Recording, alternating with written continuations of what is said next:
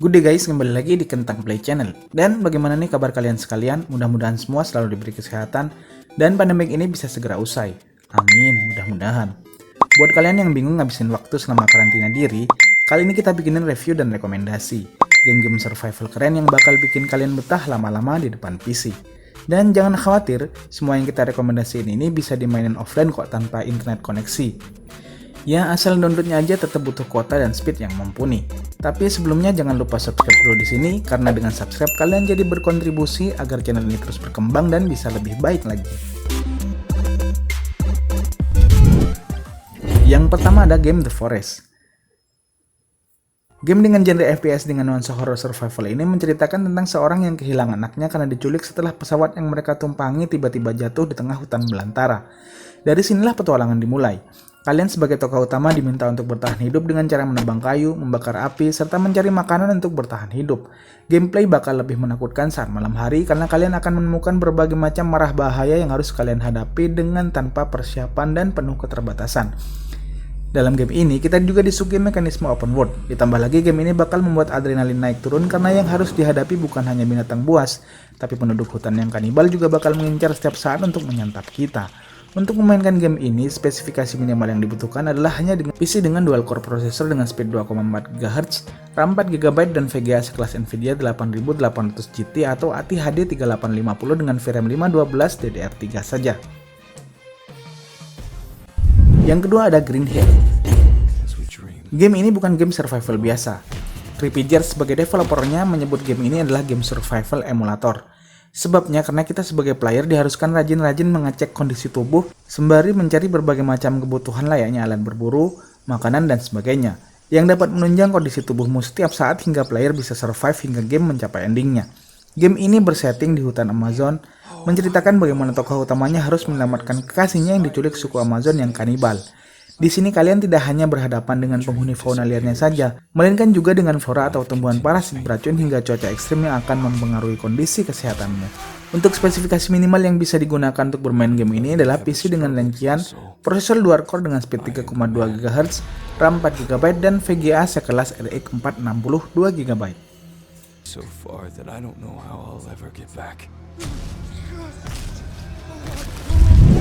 Yang ketiga ada Stranded Deep. Hampir sama dengan kode game sebelumnya, game ini punya genre FPS survival dengan dunia open world sandbox. Latar belakang storyline-nya pun 11-12 dengan game-game sejenis, mengisahkan bagaimana seorang traveler dengan dua pilot membawa pesawat pribadi kemudian pesawatnya rusak dan jatuh ke laut hingga akhirnya membawanya terdampar di sebuah pulau yang terpencil. Bedanya di sini kita benar-benar sendirian, gak ada manusia secil pun di sana, baik penduduk asli ataupun manusia lain. Kita beraktivitas sendirian beserta aneka ragam flora dan fauna yang bakal kita temuin di sana. Yang menarik, di sini player dituntut benar-benar kreatif untuk mencari dan crafting item-item yang ditemukan sepanjang permainan. Dan ini pula yang bisa menentukan seberapa lama player bisa bertahan hidup. Game ini punya grafis yang sangat menawan. Kita disuguhi pemandangan pulau tropis yang cukup nyata. Perubahan cuaca serta pasang surut air laut terjadi secara random dan nggak bisa diprediksi. Jadi kita bisa saja kehilangan benda-benda atau item yang kita crafting sebelumnya bila menaruhnya sembarangan karena hanyut oleh air laut yang pasang tanpa kita sadari.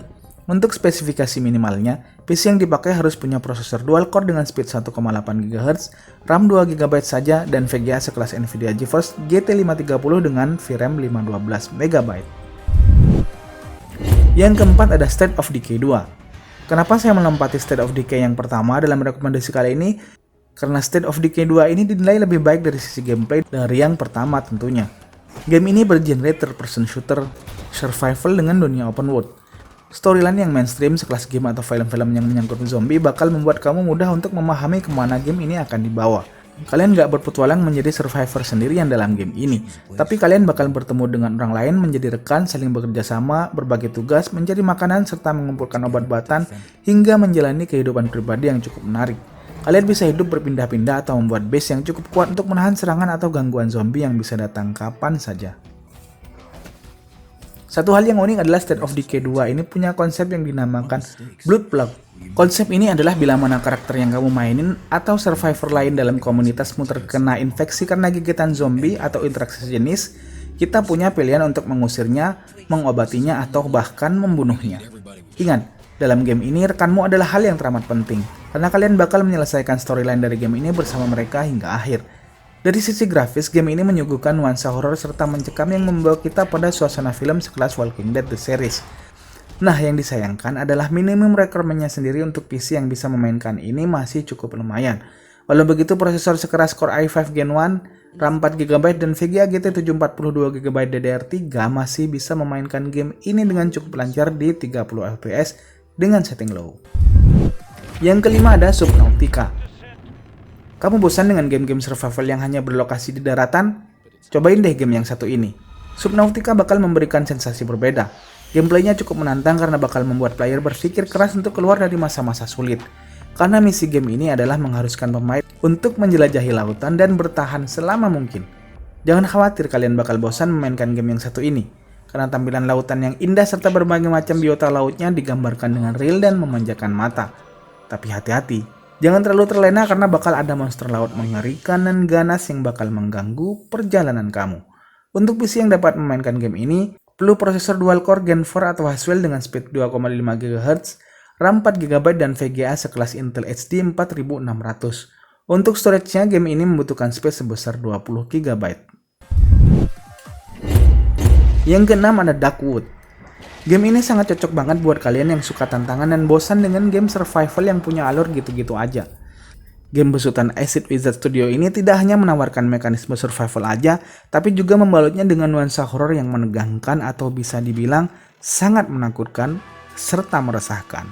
Jantungmu bakal dibuat tak berhenti berdegup kencang berkat tampilan dan desain audionya yang luar biasa. Game ini punya permainan yang condong di sisi item crafting seperti Minecraft. Game ini punya misi sederhana, yakni kamu hanya harus bertahan hidup. Sementara itu kamu harus melakukannya dengan cara berkeliaran di siang hari untuk mengumpulkan bekal serta semua yang kamu butuhkan. Dan di malam harinya, kamu harus terus terjaga agar selamat dari incaran hewan-hewan buas dan makhluk-makhluk lain yang ada di sekitarmu. Yang membuat game ini unik adalah perspektif top down-nya. Jadi kalian melihat karakternya dari posisi atas. Tapi entah kenapa justru inilah yang membuat game ini jadi lebih meresahkan dan memicu kepanikan yang gak ada tandingnya. Dan kalian harus tahu, Darkwood terdaftar sebagai salah satu game horor terbaik sampai saat ini. Jadi kalian wajib memasukkan Darkwood dalam game yang harus kalian coba. Spesifikasi PC minimal yang diminta pun cukup ringan, yakni dengan hanya membutuhkan prosesor Intel Core 2 dengan speed 2,7 GHz, RAM 4GB dan VGA sekelas Nvidia 8800 GT dengan 512MB VRAM. Dan storage yang dibutuhkan hanya 6GB saja. Yang ketujuh ada How to Survive dan How to Survive 2. Game ini adalah salah satu game yang bakal sangat mengasihkan untuk kamu coba. Walaupun game dengan tema zombie sudah banyak bertebaran, tapi How to Survive memberikan nuansa permainan yang menyenangkan dan menegangkan dalam waktu bersamaan. Inilah yang akhirnya membuat kamu menjadi adiktif dan ingin bermain terus hingga ending. Pola permainan yang sederhana dan mudah dipahami membawa kamu bakal gak perlu waktu lama untuk segera menyesuaikan diri dengan kontrolnya. Game ini menjadi seru bukan karena banyaknya pertumpahan darah, tapi lebih kepada bagaimana caranya kamu membunuh mayat-mayat hidup, yang mana hanya dibekali tongkat dan alat serba ada pada awal permainannya, hingga kamu bisa mengkombinasikan berbagai senjata dengan bahan-bahan lain yang bisa kamu crafting menjadi senjata baru yang jauh lebih mematikan. Hal yang menarik adalah spesifikasinya tentunya. Gak muluk-muluk, game ini bisa berjalan hanya dengan menggunakan prosesor Core 2 Duo, RAM 4GB dan VGA sekelas GT 240 dengan spesifikasi 1GB DDR3 128bit, serta untuk storage yang dibutuhkan hanya sekitar 4GB. Yang kedelapan ada Frostpunk. Game besutan 110-bit Studio sebagai developer indie ini gak bisa dipandang sebelah mata. Tentu saja karena game ini masuk dalam daftar Game of the Year pada tahun 2018 lalu. Frostpunk adalah salah satu game survival dengan konsep yang sangat berbeda dari biasanya. Dalam Frostpunk digambarkan kalian akan berhadapan dengan kondisi bumi yang sudah tidak lagi bersahabat pada manusia. Skenarionya dimulai dengan datangnya musim dingin berkepanjangan sehingga menyebabkan segala hal yang menjadi penopang kehidupan manusia seperti sandang pangan dan papan gak lagi mencukupi kebutuhan yang ada. Bayangkan, sebuah kondisi ekstrim di mana gak ada lagi tumbuhan yang cukup untuk ditanam, hewan-hewan ternak mati satu persatu, hingga seakan gak ada lagi harapan hidup untuk tinggal di kota tersebut. Segala kondisi tadi dihadirkan dengan sebuah gameplay simulasi kota yang bakal kental banget nuansa survivalnya. Lantas seberapa parahkah musim dingin ini? Hal apa yang harus dilakukan untuk selamat dan bertahan hidup? Kalian akan menemukan jawabannya dengan memainkan game yang satu ini. Game ini bisa berjalan pada PC dengan spesifikasi dual-core prosesor dengan speed 3,2 GHz, RAM 4 GB serta VGA sekelas GTX 660, R7370 atau sejenisnya. Sedangkan storage yang dibutuhkan adalah 8 GB.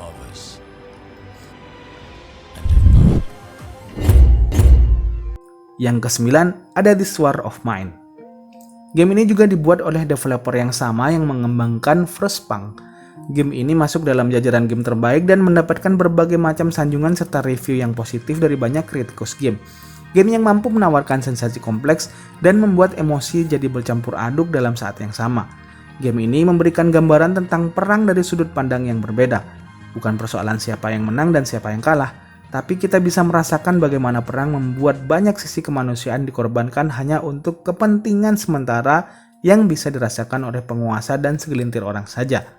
Game ini menjadikan kita sebagai orang sipil, seorang penduduk biasa yang terjepit di tengah konflik, yang berusaha bertahan hidup dengan keluarganya, serta punya teman yang memiliki satu misi, yakni hanya bertahan hidup. Kita akan memainkan 3 tokoh utama berbeda latar belakang di sini yang harus saling bahu-membahu untuk selamat. Game dengan visual 2 dimensi ini terlihat sederhana, tapi tunggu dulu, game ini berhasil mengeksekusi satu hal dengan sangat baik, yakni menyuguhkan kebutuhan manusia secara kompleks dan masif. Setiap karakter yang kita mainkan memiliki karakter dan kebutuhan masing-masing, dengan tuntutan harus bisa hidup dari hari ke hari. Masing-masing karakter juga bisa lelah, mengantuk, lapar, dan sakit sesuai dengan bagaimana kita mengelola kondisi yang terjadi. Dengan 3 karakter yang bisa digunakan, kita mesti mengatur, merencanakan, serta menjadwal agar satu sama lain bisa saling membantu dan memastikan kondisi fisik tiap karakternya tetap survive dan tidak semakin dekat pada kematian. Yang bikin greget adalah ada kondisi-kondisi dilematis yang dimana kalian harus memilih mengorbankan resources yang sudah kalian kumpulkan atau mengorbankannya untuk orang lain yang lebih membutuhkan. Gak hanya itu, setiap pilihan yang kita ambil menanggung konsekuensi yang membuat game ini semakin mengaduk-aduk emosi kita sebagai player. Spesifikasi yang dibutuhkan agar bisa memainkan game ini adalah PC dengan spesifikasi Intel Core 2 2,4 GHz atau Athlon 2X2 2,8 GHz, RAM 2 GB, VGA Nvidia GeForce 9600 GS atau Radeon HD 4000 dengan VRAM 512 MB, dan storage yang dibutuhkan hanya 3 GB saja.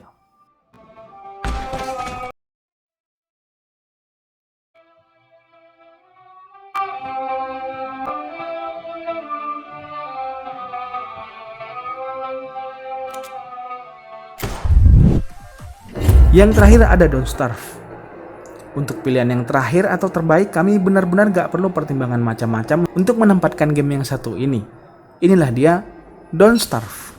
Sebuah game survival dengan visual 2 dimensi, tapi punya gameplay menarik, unik, serta menggemaskan. Bermain Don't Starve seakan-akan bermain dengan cara dan tujuan yang sederhana, yakni bertahan hidup. Namun dari kesederhanaan inilah yang membuat game ini menjadikan kita seakan-akan gak ingin berhenti untuk terus dan terus memainkannya. Game ini berhasil mendulang banyak sekali review positif, tidak hanya dari para gamer, melainkan juga dari media-media game yang pernah mencobanya. Plot ceritanya yang berkisah tentang seorang penemu bernama Wilson, yang jatuh pada jebakan iblis hingga menyebabkan dia terlempar pada sebuah dunia misterius yang berbahaya, penuh dengan berbagai macam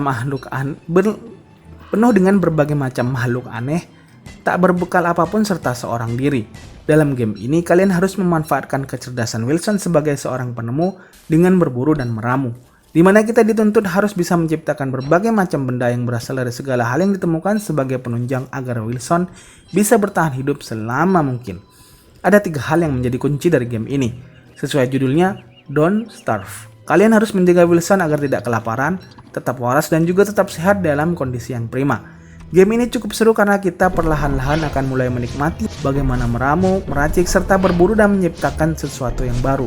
Hal yang unik adalah bagaimana makhluk serta hewan-hewan yang awalnya memburu serta bisa membunuh kita dengan mudah, akhirnya berbalik menjadi buruan kita saat kita sudah menguasai berbagai macam teknologi yang kita temukan.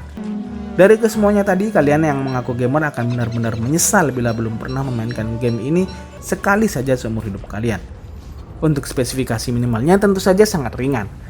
Game ini bahkan dapat berjalan pada PC dengan prosesor dual core, RAM 1 GB, VGA card dengan 256 MB VRAM, dan storage yang hanya nggak sampai 2 GB saja. Demikian Sekianlah rekomendasi 10 game survival terbaik untuk PC yang bisa dimainin secara offline kali ini. Kalian punya saran masukan atau daftar game yang belum masuk pada list kita kali ini? Silahkan tuliskan semua di kolom komentar. Jangan lupa like video ini jika kalian suka, dan dislike jika kalian gak suka. Sekian dari saya, see you in the next video, happy gaming dan jangan lupa semangat setiap hari.